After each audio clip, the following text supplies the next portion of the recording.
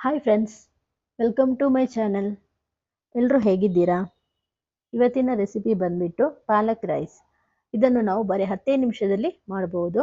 ಬನ್ನಿ ನೋಡೋಣ ಹೇಗೆ ಮಾಡೋದು ಅಂತ. ಪಾಲಕ್ ಸೊಪ್ಪನ್ನ ಬೇಯಿಸ್ಲಿಕ್ಕೆ ನಾನಿಲ್ಲಿ ಗ್ಯಾಸ್ ಮೇಲೆ ಒಂದು ಪಾತ್ರೆ ಇಟ್ಟು ಸ್ವಲ್ಪ ನೀರು ಹಾಕೊಂಡಿದ್ದೀನಿ. ಇದು ಬಿಸಿ ಆಗ್ತಾ ಇದ್ದಂಗೆ ತೊಳೆದು ಕ್ಲೀನ್ ಮಾಡಿಟ್ಕೊಂಡ ಒಂದು ಕಟ್ಟು ಪಾಲಕ್ ಸೊಪ್ಪನ್ನು ಹಾಕಿ ಒಂದೆರಡು ನಿಮಿಷ ಬೇಯಿಸ್ಕೋಬೇಕು. ಜಾಸ್ತಿ ಬೇಯಿಸೋ ಅಗತ್ಯ ಇಲ್ಲ. 2 ನಿಮಿಷ ಆಗ್ತಾ ಇದ್ದಂಗೆ ಈ ಪಾಲಕ್ ಸೊಪ್ಪನ್ನು ತೆಗೆದು ಇಮಿಡಿಯೇಟ್ ಆಗಿ ತಣ್ಣೀರಲ್ಲಿ ಹಾಕಿ ಇಡಬೇಕು. ಹೀಗೆ ಮಾಡಿದ್ರೆ ಈ ಹಸಿರು ಬಣ್ಣ ಹಾಗೆ ಇರುತ್ತೆ, ಕಲರ್ ಚೇಂಜ್ ಆಗಲ್ಲ. ಅದಕ್ಕೋಸ್ಕರ ಈ ತರ ಮಾಡೋದು.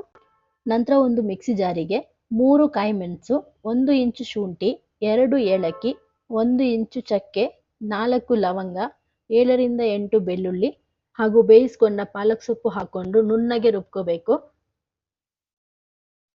ಗ್ಯಾಸ್ ಮೇಲೆ ಒಂದು ಪಾತ್ರೆ ಇಟ್ಕೊಂಡು ಅದಕ್ಕೆ ನಾನು ಎರಡು ಟೇಬಲ್ ಸ್ಪೂನಿನಷ್ಟು ತುಪ್ಪ ಹಾಕೊಂಡಿದ್ದೀನಿ. ನೀವು ಬೇಕಿದ್ರೆ ಎಣ್ಣೆನೂ ಸೇರಿಸ್ಕೋಬಹುದು. ಹಾಗೆ ಅರ್ಧ ಟೀ ಸ್ಪೂನಿನಷ್ಟು ಜೀರಿಗೆ ಹಾಕೊಂಡಿದ್ದೀನಿ. 2 ಮೀಡಿಯಂ ಸೈಜ್ ಈರುಳ್ಳಿನ ಉದ್ದುದ್ದಾಗಿ ಹೆಚ್ಚಿಬಿಟ್ಟು ಹಾಕೋತಾ ಇದ್ದೀನಿ. ಇವಾಗ ಇದನ್ನು ಚೆನ್ನಾಗಿ ಹುರ್ಕೋಬೇಕು. ಈರುಳ್ಳಿ ಹುರಿದಷ್ಟು ತುಂಬ ರುಚಿಯಾಗಿರುತ್ತೆ. ಇದೊಂದು ಲೆಫ್ಟ್ ಓವರ್ ರೈಸ್ ರೆಸಿಪಿ ಅಂತಲೂ ಹೇಳ್ಬೋದು. ರಾತ್ರಿ ಅನ್ನ ಉಳಿದಿದ್ರು ಇದೇ ಥರ ಒಗ್ಗರಣೆ ಮಾಡಿಕೊಂಡ್ರು ತುಂಬ ಚೆನ್ನಾಗಿರುತ್ತೆ. ಇಲ್ಲಿ ನಾನು 1 ಟೇಬಲ್ ಸ್ಪೂನಿನಷ್ಟು ಗೋಡಂಬಿನ ಸೇರಿಸ್ಕೋತಾ ಇದ್ದೀನಿ. ಗೋಡಂಬಿ ಇಷ್ಟ ಇಲ್ಲದೆ ಇದ್ದರೆ ನಿಮಗೆ ಸ್ಕಿಪ್ ಮಾಡ್ಕೋಬಹುದು. ಇವಾಗ ರುಬ್ಬಿಟ್ಕೊಂಡ ಮಸಾಲೆಯನ್ನು ಸೇರಿಸ್ಕೋತಾ ಇದ್ದೀನಿ. ಮಸಾಲೆನ ಸೇರಿಸ್ಕೊಂಡು ಒಂದು ಅರ್ಧ ಕಪ್ಪಿನಷ್ಟು ನೀರನ್ನು ಹಾಕಿ ಇದನ್ನು ಚೆನ್ನಾಗಿ ಮಿಕ್ಸ್ ಮಾಡ್ಕೊಳ್ಳಿ.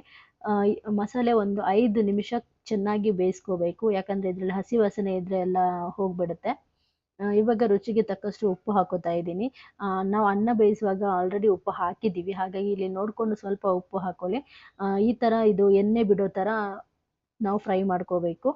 ಎಷ್ಟು ಚೆನ್ನಾಗಿ ಫ್ರೈ ಮಾಡ್ಕೋತೀವೋ ಅಷ್ಟು ಚೆನ್ನಾಗಿ ಇದರ ಟೇಸ್ಟ್ ಬರುತ್ತೆ.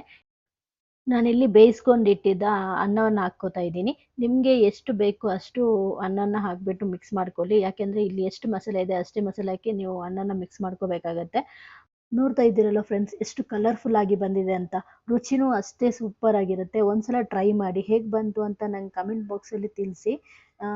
ಹಾಗೆ ಯಾರು ಫಸ್ಟ್ ಟೈಮ್ ನನ್ನ ಚಾನಲ್ನ ನೋಡ್ತಾ ಇದ್ದೀರಾ ದಯವಿಟ್ಟು ಸಬ್ಸ್ಕ್ರೈಬ್ ಮಾಡಿ, ಲೈಕ್ ಮಾಡಿ, ಫ್ರೆಂಡ್ಸ್ ಜೊತೆಗೆಲ್ಲ ಶೇರ್ ಮಾಡಿ.